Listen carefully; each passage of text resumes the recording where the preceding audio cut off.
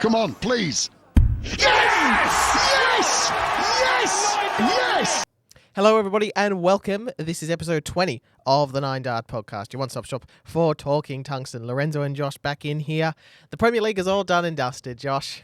It is indeed. How are we? Yeah, I'm all right. It's a bit weird doing this podcast because I can't actually really hear myself through my headphones, but that's okay. We'll press on. A successful Premier League, I'd say. Yep. It's all done and dusted now, and on the next slide, actually, we've got some record numbers for the Premier League in terms of tickets and that O2, which was a big crowd there. That's unbelievable. It's a massive crowd for darts, and the viewership figures, it just keeps getting bigger and better. 6.3 million. That's incredible. That's what the biggest ever on Sky Sports, I think it is. Yeah, highest ever audience to Sky Sports. That's incredible. So it's good to see that the Premier League is still alive when people are saying that, you know, the format's a bit outdated, which it is to a degree. We have discussed that, but incredible to see that people are coming in numbers to see these top players perform. Absolutely, and look, it doesn't matter really who gets picked in, as long as it's they're pretty much anyone in that top 16 can garner a massive crowd. Before we get to that finals night and recapping what happened there, we did have a Euro Tour event, and one of our crazy moments from the weekend was seeing Damon Heta narrowly miss double 12 for another 9-duff finish. He hit one at the Worlds. He also missed one at the Worlds. So surely next time around it'll go. Is that the pattern we'll see here from the Heat? Maybe. Hopefully. You can see his reaction there. He's like, oh, it's staggeringly close, but we'll get to him in a moment, but yeah, that was incredible. So hopefully he can get one on the next tour. We'll find out. Fingers crossed in future events that'll come up. But we will move now and discuss what happened on finals night. We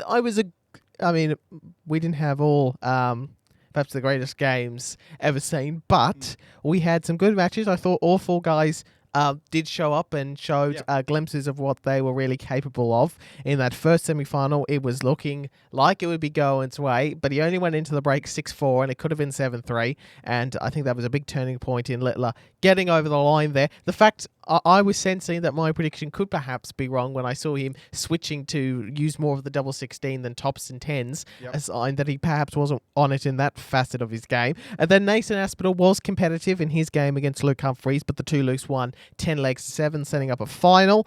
And despite being a bit lower, noticeably on the average, an 11-8 victory to Luke Humphries, who was victorious in London, claiming the Premier League darts title. It is a bit weird how we've been saying guys have won a night all week, but this one is the most important one. 11-8 in the final, 97 average. And despite the best efforts from Littler when Humphries, he got out in front and he held on, and he's become just the fourth man to complete the triple crown of the World Championship, the World Match Play, and the Premier League. Only Gary Anderson, Phil Taylor, and Michael Van Gerwen's done that previously. Absolutely, spot on. Yeah, it was incredible. I think we did see and feel that he was going to be one of the winners. Well, we mentioned it in our reviews. Look, he was pretty much second all the way through, so we knew he was gonna be right up there. Well, Littler and Humphries were first and second respectively. Yeah. In tally, but no, fantastic effort, and he was very chuffed with himself, as he should be. It was a great game in the end, and he played fantastic all night. Great game against Aspinall. I got to say, very happy with Asp. Very happy. He was known just for his walk on but to make the finals night and to push that hard against Humphries with a finished third as well. Exactly. Couple of nightly wins. We'll get to him in a moment, but for Humphries' sake, he was very. No, very he's good. had a good start to the year, and he was a bit under the pressure because he's one of these guys who might not be back next year in the Premier League if he doesn't have a good year. So he started this year quite strongly, which is good to see. Perhaps. Given the campaign he had, Littler was probably the most deserving to pick up the win, but wasn't quite on it on the night. Yep. Humphries, I heard he got some advice from the great Phil Taylor, which if your Target, who has Phil Taylor, and Target also has Littler as well, and Humphries as well. Not Humphries, Aspinall. Humphries is with Red Dragon. Yep. I'm not sure if Target will be too happy giving advice to one of their great rivals, but at any rate, I'm sure that was important for Humphries to get over the line. Oh, of course, absolutely. No, if you're getting any sort of advice from the 16-time world champion, it's going to go well, isn't it? So obviously it made a difference.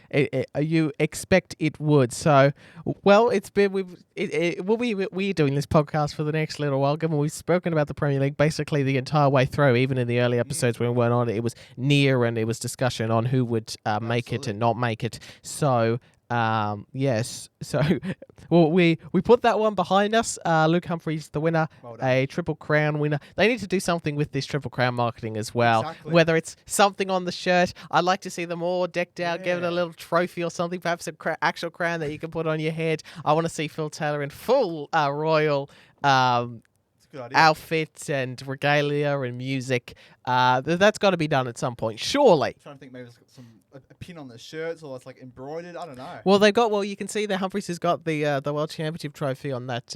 What is his Oh, it is left? there too. That's Oh. his left sleeve. Left So sleeve. Oh, I didn't notice that. something like that. You got maybe you get a star in the back or something like that for winning Cool. Didn't realise that, a world title. So perhaps I think a bit more marketing into this could perhaps be required for the PEC, especially given that when we get to the World Match Play, Luke Littler will be looking to complete the Triple Crown as well. I'm sure He's he a will world be. champion and a Premier League champion. He's just looking for that match play title. Absolutely. So I think a little bit needs to be done in that particular space. But well done, Cool Hand. Well done. Completing the Triple Crown. He's got one of each, and you'd expect there's more to come as he'll defend the match play later in the year, of course.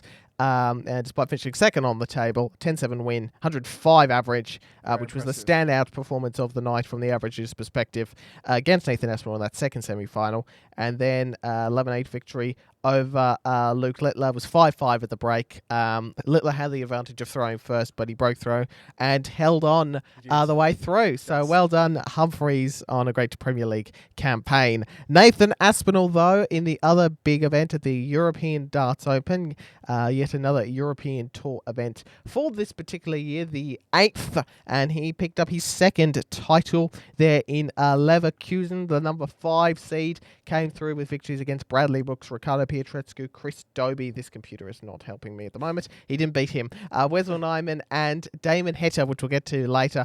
But like I said, for someone who is a bit under pressure, these are strong performances from Nathan Aspinall as he Very heads towards Blackpool. Absolutely, very strong. No, very, very impressive. As I said before, good to see him get the winner, and the crowd absolutely loves it too. Again, was known for his walk on, la la la. Was he worthy? Was he not? That was debated by the crowd, and he's shown he has stomped his ground and saying, "I am here because I am worthy." That's what he's saying to everyone, and fantastic. His win. throw at the moment is much more smooth, much It more is. watchable than it has been in previous times. You feel like that Think- dartitis issue isn't as big as it was even 12 months ago. Yeah, a bit clunky at times, but now it looks really smooth, really silky, and he's getting tons of 180s as a result, and some really good averages, really good doubles. I mean, the way he's playing this year, could there be a major in him for him this year, perhaps? Who knows?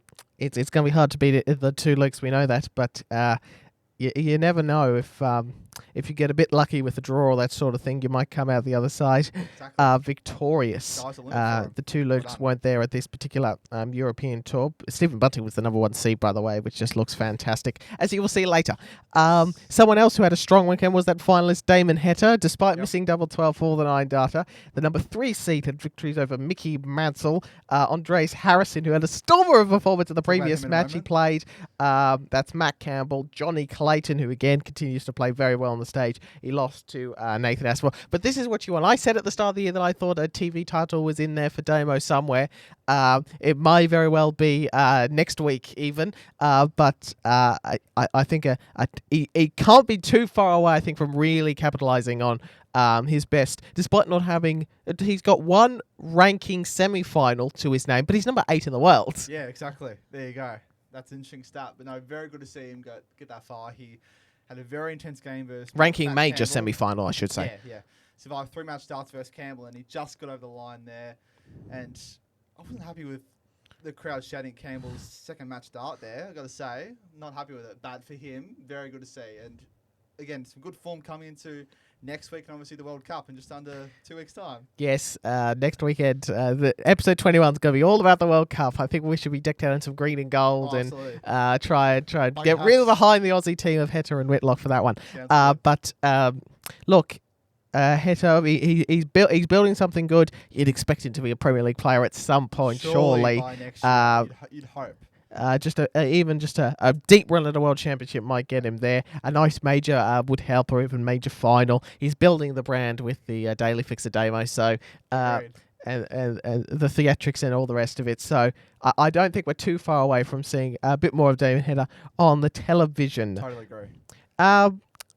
which way round are we doing this? We're still on positive surprises. Andreas Harrysson averages 106. Him and that beard had an extraordinary performance against Micheal Smith, who's also in line. We'll sort of cover this with our biggest flop because he basically doesn't have a route with the with only 5 Pro Tours left, counting towards the World Match Play race. There is another Euro Tour coming up, but it doesn't count towards this World Match Play race, and it's cut off. So, where is he now? The world number 21 and 19 on the Pro Tour Order of Merit. 7,000 adrift there of Rainbow van der Velde, who's in that effective 32nd spot. Let's just go back to Andreas Harrysson. He's a fun guy to watch. He is very, very fun. We see him on Modus a lot. And yes, we do. Out of that, and to see him get a fantastic win on the Euro Tour against a caliber bloke such as Micheal Smith, 106 average on the dot, as we said. It was a very, very impressive win. I'm sure he was very happy with it. Good to see. Very good to see for someone who's sort of like... Well, I'm assuming he would have been like an underdog in this sense. Because, we know that Bullyboy's been a bit up and down in his sort of playing space at the moment. But fantastic to see Mr. Big Beard Andreas get the victory. Yes, Big Beard Andreas Dirty Harrysson. As for Micheal, would be a big blow for someone who made the semi-final at the World Match Play last year not to be involved. I'm actually going to see, given this computer is not happy with me today, it might be a bit difficult, but I would really like to see if it just gives me a moment not to bounce over the place whenever I even lightly touch it, to have a look now. World number 20, what's he defending at the World Match Play this year? We want the 2023, 15,000, that's a second round... Yes, it's a second round exit. So it's not a ton of money, but he continues to slowly drop down ever since that world title. It's just not gone the way of Smith really at all. I think, but missing a tournament might be good for him just to get his headspace right. Yeah, I think. Agree. I think again, they're saying that they're playing too much darts at the moment. So I agree. If he just misses one of these tournaments, takes a I mean, it's a big tournament to miss, but it might have to be what needs to happen. We know it's a big tournament, but if he takes it away, which where's he in the Grand Prix? Let me find that out. He could do, but if he does, I think it will do a lot better for him than harm in terms of trying to get some money out of it. He's basically level in that with last spot in the race for the World Match Play with Riccardo Pietrezcu. So. So he's not in the Grand Prix yet, but he is quite close. So that might be something. Look, someone can go on the Pro Tour and just have a ridiculous run over 1 or 2 days and really change it. But it's looking unlikely as I look at the bottom of that World Match Play race. I said previously that Ryan Joyce is safe. He's currently in 15th. Rainbow van der Velde's got a full 5,000 ahead of Krzysztof Ratajski. And then it's another 1,000 back to Edhouse, another 1,000 back to Smith. I think we've pretty much locked, barring someone doing absolutely ridiculous. We've pretty much locked our 32 for the match play at the moment. That's how I'm gleaning it. Though, if someone does something crazy, who knows? Yeah, exactly. I'm having a look here too. It's looking very, very, I guess, sort of tight between the sort of 15th to 18th. But you say it's pretty much locked in the Pro Tour. Pretty close to. Again, Josh Rock could go on a run and bump him out. Danny Noppert is currently sitting as the 16th seed. His Euro Tour form is just, it's basically a common occurrence for me to look at these Euro Tour friends. All right, Noppert out first round, second round again. Only not even quite 90 average against Richie Edhouse, who averaged 102, who needed a bigger round at the weekend to keep any match play hopes alive. He's currently sitting 18th in that Pro Tour spot. We always talk about when we get to the match play of it's the 16 off the 2-year-old of merit, 16 off the 1-year-old of merit, so the best informed play, the most consistent players in the world. And in terms of seeds you would like to draw, I reckon Danny Noppert might even jumped ahead of the likes of Wright and Chisnell as the seeds you would most like to draw. Now, it does come with the caveat that you will have to play Luke Humphries in the second round should you both win. That's true. But if you're looking at that selfish first round sort of perspective, Danny Noppert's just not really showing much form at the moment, is he? No, he's not. He's not. But again, if you're in that top 16, then you are there for a reason.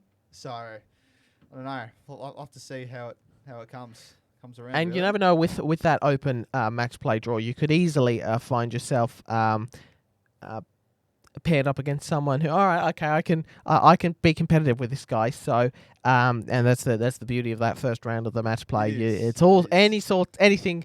Can happen from that draw and shape that tournament. But at the moment, he's been a bit disappointing lately, Danny Noppert. Now, I did see this during the week. We have finally sort of evidence of what we all knew was going to happen, that Littler and Humphries will represent England at the World Cup. It's the same effort as last year. They've just got 5 stars on the back, not 4. England are the defending champions, but there was no way Michael Smith was going to stay in touch with Luke Littler. Who is the... I mean, we're basically talking about this last few weeks. I just keep going, who is the guys that I want to... who could possibly... That looks scary to me. Yeah, it does. I'd be shitting my pants if I'm coming against that. Good grief, they look... force to be reckoned with. Good grief. That I don't know. Well, the question: can anyone beat these guys? I don't know. Can they? Can they? Well, theoretically, yes. As long as they hit, the required amount of doubles to win a match, yes, they can. I was thinking, who is? Let me frame this a slightly different way. Who's the pairing that you'd most like to see against these guys? And I've been thinking about this. Exhibitions obviously happen quite a bit, and we don't see any doubles matches at any of these exhibitions, and I reckon that there could be a chance there for any exhibition organisers to do such a thing. I reckon with the form they're both in, Clayton and Price could give us a mighty challenge. Now, they can only meet each other in the final, so there's a lot of work that needs to be done there. But I reckon if we get Humphries and Littler and Clayton and Price, I reckon that game would flow. I reckon it would be a quick game, even if it's that longest format that we see the World Cup first to 10. I think it would be an enjoyable match. I think there wouldn't be much moaning or sort of waiting around. Guys would just get on with it pretty quickly. Your opponents win a leg and it's your turn to throw it just straight up to the ocky. So I think that's a doubles match that I would like to see. Humphries and Littler versus Clayton and Price. I think that would be the most fun. Both played a sort of similar pace as well. Yes. So it'd be a very similar flow. Yeah, I reckon you're right, because some players can obviously take a long time. People have dartitis. That's just the way it is sometimes. So it can be stop and start, but very clear pace. Who else would you think? I'm sort of having... I think that Northern Ireland team could be interesting. Josh Rock had a good tournament last year. Daryl Gurney, maybe. I think that Belgium have just been a team at the World Cup that have always performed but not quite gone all the way. But I think Dedeka's the new wild card. He is, I think. So they're sort of the ones that stand out to me as they would be the fun outcomes. Who else? Can we dare to see Lim and Littler on the same stage? Come on. How about that should have happened, right? Whitlock and Heta. Come on now. Yeah, well, maybe. That if you wanted a one-tour cut, I mean, they've got obviously they're former champions at this event from 3 years back, so maybe. Never know. That should have. I was going to say, if Paul Lim had won that WDF World title, if Paul Lim had won that WDF World title and Luke Lim won the PDC, they should have set up a Lim versus Littler undisputed championship match, best of 13 sets. We'll get Paul the throw. So who knows? Maybe that'll happen in a World Cup setting in a doubles match with Pry Wei Tan and Luke Humphries there as well. You never know. And the thing with the World Cup as well is they do a random draw at the conclusion of the group stage. So the only little caveat is England 1, Wales 2, Scotland 3, Northern Ireland 4 have to be are in their specific blocks and they can't draw each other. They've got their own little quarter. Other than that, it's a free for all. Yep. So you never know if Singapore can get through their group or Australia can get through their group. Or the Chinese Taipei get through their group. They did last year, Finland, Marco Cantelli's going to be back. Maybe. You never know. Who knows?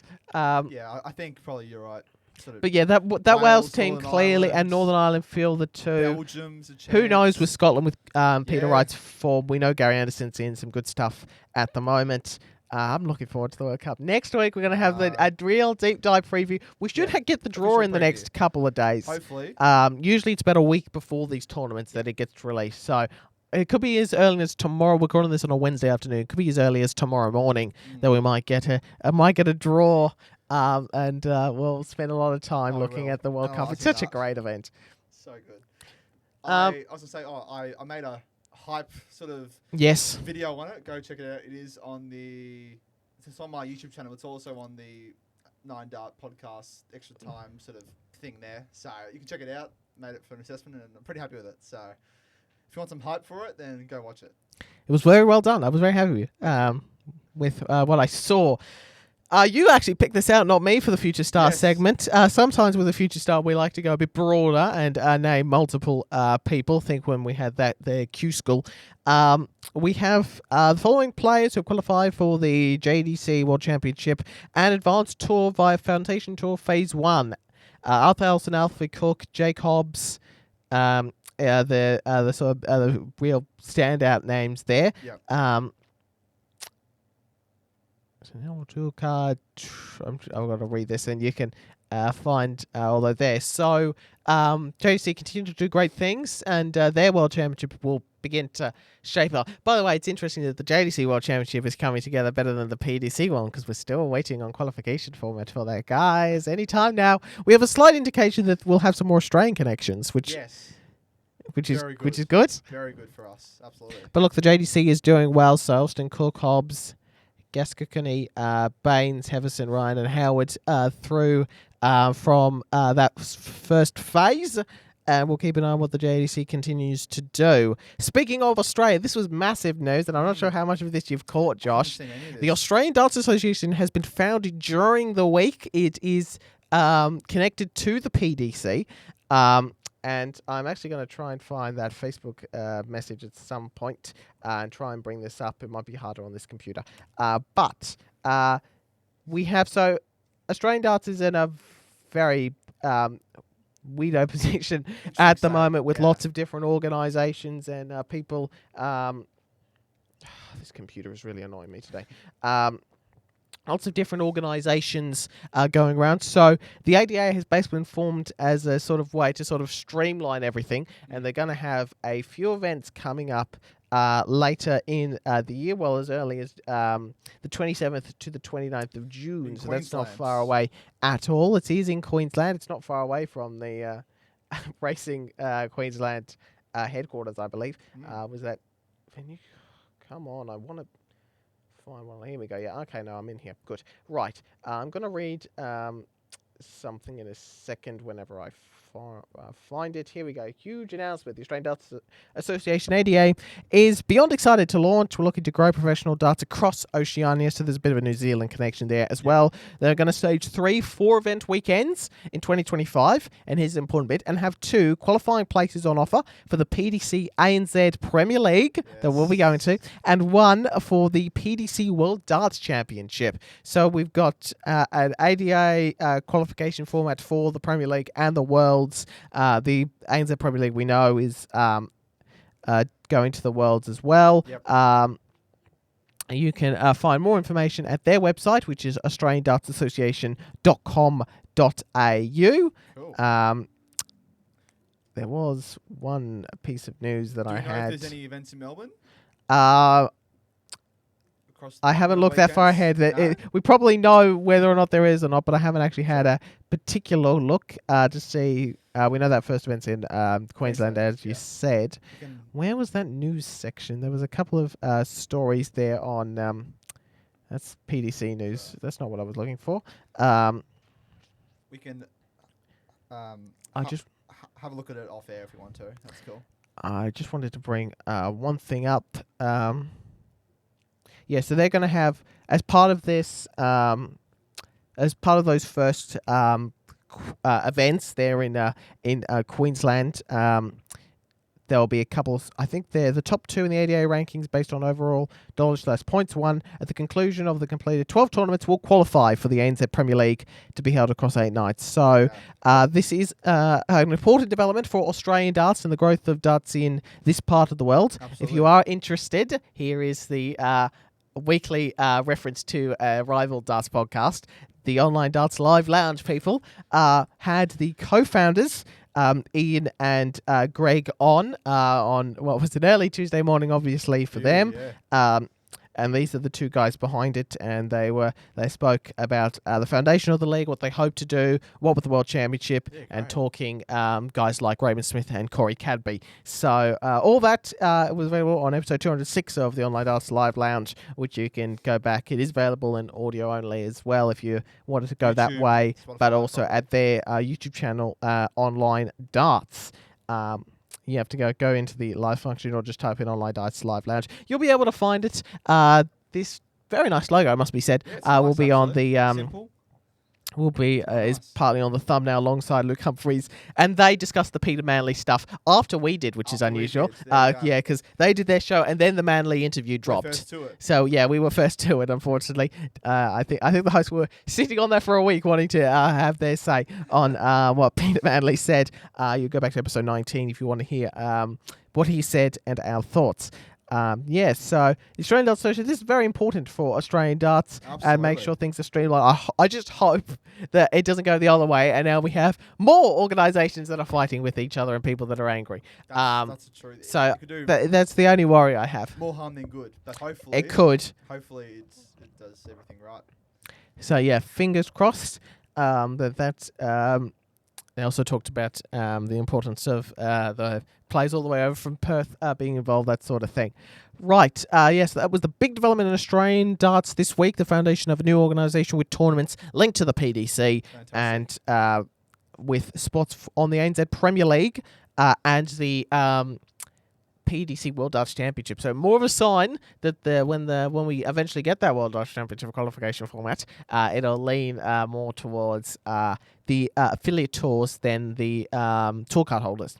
Now, this was yet another Barry Hearn being a Barry Hearn moment. He was asked to talk to Belgian media. He was asked if Belgium would be getting a Premier League event in 2026, and he responded in the affirmative. So we're going to Antwerp next year, Josh, for the 2026 Premier League darts.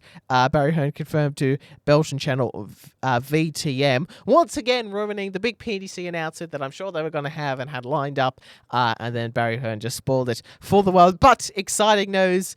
Belgium is a great place for darts with their couple of Euro Tour events. This is going to be real exciting, Josh. I've been wanting this for some time now. Yeah, for sure. No, it's going to be... It's going to be great to visit new parts of the world and all that. So fantastic to see one in Belgium for 2026. That is correct. We have no indication as to timings or anything. Timing or, more importantly, which current Premier League city will be bumped off the calendar. Sheffield might be a potential option. Yeah. Exeter as well. But then you have the problem about trying to get to the UK Open that weekend. So there's a few options as to... It will most likely be in the south of England because the north don't have many events to begin with. So I'd expect more southern England. We'll find out in good course, but confirmation from Barry Hearn that the Premier League darts is going to Antwerp for a night in 2026. Excellent.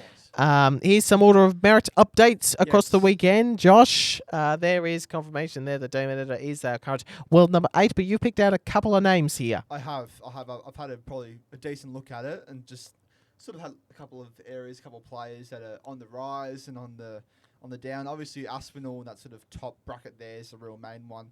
Started the year 11th, was previously 9th, and now he's jumped up to 6th, overtaking Rob Cross in that position there. So he's been in some great form recently. Obviously, did well on the Euro Tour stage, got that victory, did well in the Premier League, got into the finals night, played well against Humphries, and yeah, it's good to see him doing well. And obviously, Cross on the other end, he's been in some shaky form recently.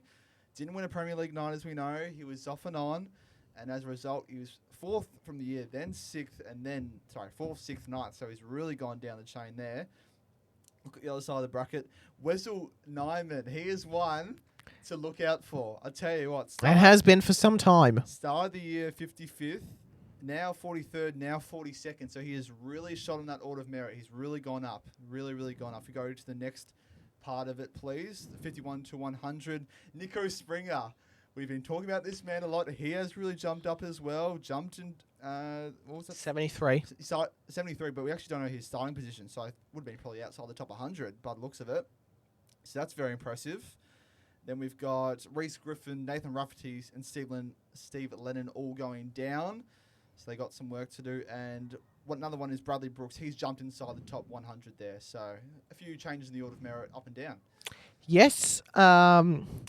What have we got next? Right, World Series is coming, and we'll do a bit of a predictions going forward. But we do have more darts to look forward to. Before we get to that World Cup of Darts, we head over to Copenhagen for the Nordic Darts Masters. And just give me your first impressions here, Josh. Firstly, Michael van Gerwen, as expected, will not be there. He's been replaced by Christopher Dobie. Yep.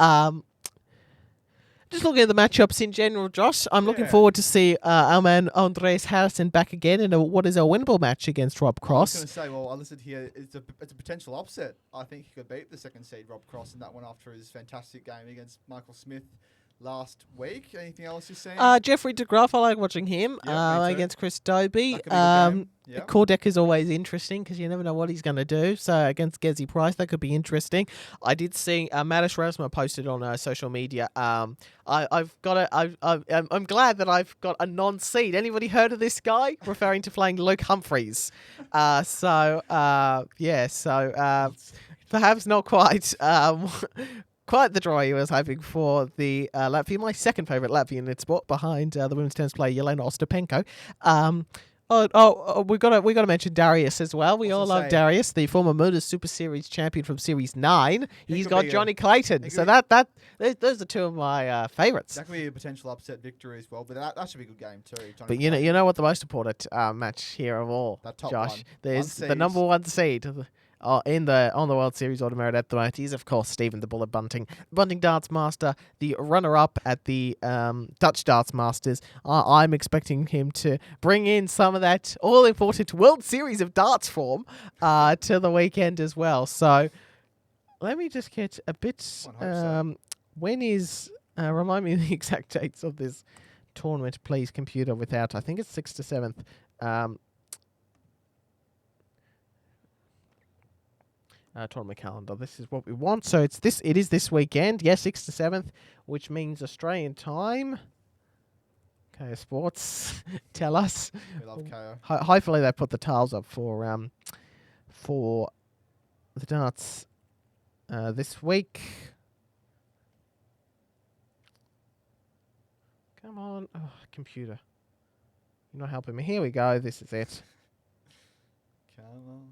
Here we go. Just hold your horses. So, yeah, 6th to 7th this weekend. 4 in Copenhagen. You'll work that one out. Come on. They haven't done anything. Oh, jeez, it's an image. Okay, that's not what we want. Here we go. Watch Darts live. Have they put the tiles up for this? Yes, they have. So it begins Saturday at 3 a.m. Australian time. So it is a Saturday and Sunday morning. Event Australian time. It's a Friday and Saturday night in Copenhagen. So exactly what I expected. I just took longer to confirm that. We've got some women's series as well this weekend, Josh. Yes. Which means presumably more Bo Greaves. Yes, it does. So it continues as the race to qualify for the next month's women's match play. Oh, yes. Women's World Match Play. Yeah, that'll be good. So we have events 13 to 16 taking place at Milton Keynes across this weekend, 7 to 8th of June. $2,000 on offer for the winner of each tournament. Yeah, so this is it. So this is the last one because the cutoff's the 9th. So 4 more events. So it's currently Bo, Greaves, Van Leuven, Sherrick, Ashton, Byrne, Heta, Vinnekainen, and Win Stanley, who's currently the 8. Top 8 on the rolling order of merit. Yep. So that's how it works. And then it'll be held at Winter Gardens on July 27. So not too far away. And obviously, Greaves will be the hot favourite for that one. You think she's in some great form? She's in unbelievable form. A tool card is surely not too far away for Bow and Arrow Greaves. Yeah, so that should be fun. Women's series this weekend. The race to confirm the world match play. Aiming to win a 3rd consecutive match play title. I'm pretty sure. Women's match play title, something like that. That sounds right. Yeah, I'm pretty sure from memory. She's been very impressive regardless. Oh, yeah. We'll see how she goes. Well, I confirmed that for you. Devon Pearson and Simon Adams is going to play for South Africa. Yes, this is the only graphic I could find because usually they've got a nice big graphic they couldn't find. So they'll be playing in the Moto Super Series International Pairs Week number 2. This is probably expected, to be honest. Simon Adams is a great figure. He's always got a big smile on his face. Obviously, got this one. What do you celebrate for whatever reason? I don't know. He's opening a book or something, and then Peterson, we know he's done a lot of work for Modus behind the scenes as well, commentating when he's not playing. So good to see them both paired together. I reckon there'll be a good chance to win it potentially. Potentially, can confirm that it would be a third straight Women's World Match play for Bo Greaves. Fallon Sherrick won the first rendition 2022, and then Greaves has won in 23 and 24. John O'Shea won week 3 at the Modus with a 4-1 win over Brian Roman in the weekly final. Yes, he did. Very good victory for him. 2 180s, 87.11 average, and a 4-1 victory. Pretty average on the doubles, 4 out of 14, but got the job done regardless. He was very happy. He spoke to Henry Deacon and Laura Turner post-game, and he actually put it up there with one of his other victories that he had just a short time ago. So he was very, very happy with the victory. He'll be there on Champions Night, as we know, for Series 11. Fast forward to this week, and we continue to wait in great hope for Adrian Lewis at some point in Series 11. It might happen in October, maybe, Josh, you were saying? Who knows? We continue to wait for Adrian Lewis. How amazing would it be next week if he's there, if we've got World Cup of Darts and Paul Lim to talk about, if Stephen Bunting wins at the Nordic Darts Masters? It would be amazing. And then he comes in. But we've got some good names regardless. Sam Spivey, who obviously made the final last series. Kurt Parry, who's been in some good form. Scott Campbell. Lee Cox, Shane McGurk, they're all notable names. Jamai Vanden Heyrick is on debut as a result of some good stuff in the Challenge Tour, so congratulations to him. And yeah, some good names on display for week 4. Absolutely, and as things stand in Group A, as we record. Yes, so as of this Wednesday, recording. So we got 1 day left. Jamai Vanden Heyrick, again, the guy who is on debut, he's equal on 14 with Scott Campbell. Spivey third, and then Lancahersen, Parry, and Turner in that bottom 3 there. So it should be a good, interesting finish tonight. Might watch a little bit of it. But this is the more serious stuff. Josh, another victory for me. 3-1 over yourself. I mean, I was okay, but you had plenty of opportunities on those doubles. that first leg, I left myself a very nice 64, found the treble 16, and then just could not hit double 8. After the match, I was practicing. I couldn't miss double 8 after the match. I saw your text. I just couldn't miss the double 8. Yes, so I've got a. I reckon. I think I've said this on the pod before. I reckon there's a 50-something average of me within there. It's just, I don't know what I'm doing wrong with my throw. There's something wrong where every third dart something falls. Right, there was a moment in this match, right? I was on 274. I hit the 60 with the first dart. My thing is, right, I'll go to the 19s. That leaves 195, and then I'll go to the bull. It's the 19s if I hit a single. If I hit a treble, I'll leave a finish. And then I put the dart off the board. Yeah. It's just... That's great. Yeah, so now I'm a shocking position. So yeah, it's I'm doing something wrong with my throw, the way I grip the dart, the way I release it. It's just not coming out all the same way. What I like, Josh, anytime is if I can score at least 40 points with 3 darts that are around that 60 and are closer to the treble than they are to the double, Good if clumps. that way, or the bullseye that way. And it never happens. Yeah. If there's always one that strays out to the 18s or the 9s or the 25 for some reason, or the skinny 8. I don't know. I aim for the 19s and I hit 16. Like, come on. Right. I definitely am trying to increase my grouping. I've seen on the PDC, I think it's just some fan page, that if you put a piece of string where the top of the board is to the treble 20 bed, it's supposed to help you group it better. Yeah, there's a few sort of ways. Sort of, I think Stephen Bunting, he doesn't do that, but he sort of imagines and he tries to do that sort of thing. Yeah. So, look, it wasn't so much the scoring that was the problem. It was that doubling and that finishing, mucking around the first thing. But it must be said, Josh, that you're the better dart player than me, but I'm the better counter, and you really need to work on your counting. He had 40 left for the match, right? He hits double 5 trying to go for tops, which leaves 30. And then going for the double 15, he's hit double 2. Now that leaves 28, double 14. And I don't know, well, presumably you thought you left 29 because you went for the big 13 and hit the single 6. And then I come back and hit double 9. I'm like, Josh, why'd you turn down double 14 for the match? Did I? Yeah. I'm learning, man. We're getting there. It breaks your flow. Yeah. We aren't pros. Come on. I'm learning. I'm learning. We're getting there. But regardless, who got the victory, hey? 8-2. Yeah, it should have been 3-0. And the only reason it was 3-1 is because you allowed me back to the board because you didn't realise you had 28 left. We're doing our best. I will keep getting better. And, well, this is good. I'm just hoping you win. I'm just hoping I get a win at some point. Well, yeah. This is always good for our math. So it's a good thing. Me learning. So yeah, it was good fun. Probably standard was I had 5 100 visitors, which was good. Can I ask you something I've wanted to ask for ages? Of course. When you stand up to the oche, are you straight at it with your foot like that, or are you more side on when you stand? I'm relatively straight. I had a feeling you would. Why? Because I don't know. I think taller guys are more comfortable standing straighter up. People like sort of a Gary Anderson figure just sort of prefer to go. And also the way your darts go in, sort of, I imagine them coming in from someone who's standing pretty much straight. I'm to the side basically. Yeah, well, I'm closer to Littler or Phil Taylor, sort of that way. Yeah. I mean, first of all, I am 6'3.5", so that helps. I mean, you've seen Jimmy Van Ski. He's like a 7'5" giant, but he's really hunched over. But I know that his foot is very, very straight. Yeah, I feel like I get a sense.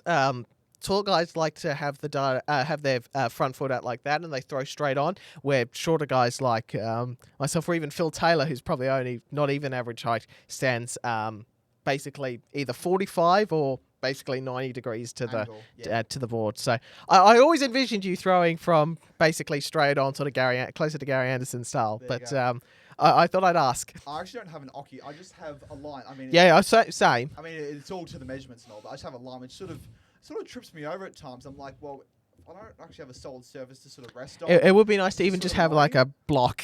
Yeah. So maybe that doesn't move. No. Yes, maybe I'll try. There's a lot of dart places that need that as well. So. Yeah, true. I don't know. Maybe at Bunnings or something. I can invest in one of those. Just get a plain block of wood and just lock it into the floor. And then if anyone is walking around the house, I've tripped over and pulled up your rock, you need to put it back down. All right. True. That's a good point. 46.82 average to 43.1. Josh, 3-1 win. Highest out of double 10. My highest out was double 9. You had a score of 103. I had a score of 99. Your best leg was a 30 darter. My only winning leg was a 35. You had 5 100 pluses, and I didn't have a single one in 3 figures, which cost me. I was just trying so hard to hit 1 ton. I did have 3 80 pluses, though, so there was a few not far away. There were a few 85s and 81s in there, and obviously 199. Indeed. Right. Something else you also did was successfully predict the winner of the Premier League. You had Humphries to win, but you didn't. You had Price to lose, which was on at 6-3, 6-4. Yeah. But so we'll call this a draw. You were the winner. I had the right matchup, as I did predict Littler and Humphries to win both semi-finals. So whatever you choose to believe in there. Really? Before we go anywhere. We should preview the week ahead with the Nordic Darts Masters. Have you moved? Can you move this back on the on the Canva? Let me before we get to the Darts Archive. The same one, same. It should say the week ahead in the draw. Oh, okay. Let's have a look. Is it there? Did you delete it? Try now. Is it? It's this one. Yep. No. Same one. Just leave it. Just leave it. Okay. What I wanted to do was basically, did you have any predictions of guys you might think would win this tournament this weekend? I have a feeling that I might want to bounce back after losing in the Premier League and just re-establish who's boss. We did say about it earlier, but I mean, I think Andreas, if he wins against Cross, you never know. We sort of did talk about this earlier, but in terms of a winner, that's what we're looking for, really. Yes, tournament winner. Aspinall could be another chance for another victory. Could go back to back. I'm just saying. You never know. Could have that win last week, another one. So that's for me. What about you? Oh, I think Littler bounces back and proves everyone who's boss there. But he'll get through. It'll be tight matches against Aspinall and Bunting or even Johnny. I don't think he'll have it its own way. I think he'll have some good matches there, which will test him. In the Darts Archive last week, you watched the greatest darts match ever played, perhaps. Phil Taylor, 2 9 darters, never seen before or since. We talked when Phil Taylor announced his retirement about the greatest moments of his career. This was peak Phil Taylor. This was the best Phil Taylor ever got. This is the best anyone's basically ever got. Yes, the averages isn't the highest it's ever been, but in terms of, he basically started most legs with a 180. It was fantastic stuff. And James Wade, credit to him, he was trying really, really hard throughout that match. And after Taylor missed 3 darts to win it 10-7, he got it back to 9-8. But it was an extraordinary match, and Taylor got the 2 9-darters and the 2010 Premier League victory in an extraordinary night at the Wembley Arena after they had to move it back a night because of the power cut in the venue. Right, this episode, Josh, I haven't seen this. What is it? We're going to the German Darts Championship, and predictably, Michael van Gerwen's back. He's been away, but we've got Simon Whitlock here. Wow. Yes, exactly. I sort of pulled this one. I'm like, Well, we got Whitlock sort of upcoming in our game we're going to be seeing. We've been seeing him with the World Cup. Exactly. So MVG was world number 2 at this point, so he's in some peak MVG form, some good high averages, quality checkouts, and a 10 to start before one player breaks away and gets a semi-convincing victory. Alrighty. We'll find out next week. Alrighty, that's it for the 9-Yard podcast. We're going to take a brief break. Hopefully this is recorded because I haven't heard basically anything from either of us. And once we're sorted, we will go into footy chat, and it's just going to be Josh and I, as I'm back. Woodsy is unwell, but you'll be able to talk all things football. Yes. I won't be able to constantly discuss your football team because you didn't play during the week, Josh. Anyway, Carlton scored 0 points all week. Very disappointing. Very disappointing. Hopefully we score 4 on Sunday night, hey? So there we go. Alrighty, so that's all we have. Thanks so for watching, tuning in. Yes, indeed. Like described, you haven't already. Follow us on Instagram and TikTok if you still do that, Josh. That's all yours. I don't know. I don't give my data to the CCP. Alrighty. We will discuss. Spotify soon. Is that what we're playing? Spotify, hopefully. Soon? Yes, at some point. I'll get around to creating an audio-only version of the podcast and available on all good podcast platforms. Fingers crossed. Next week we'll discuss the World Series event. Obviously, there's always more Modus and JDC, but most importantly, and there'll probably be some more Australian news, but most importantly, the World Cup of Darts is next week, Josh. One of the best events in the entire PDC calendar. It's just about upon us. Our annual Paul Lim pilgrimage is here, and we're going to preview that. Can anyone beat the Lokes? We'll find out in a couple of weeks. But it's the Nordic Darts Masters in the PDC to look forward to this week. This has been the 9 Dart Podcast.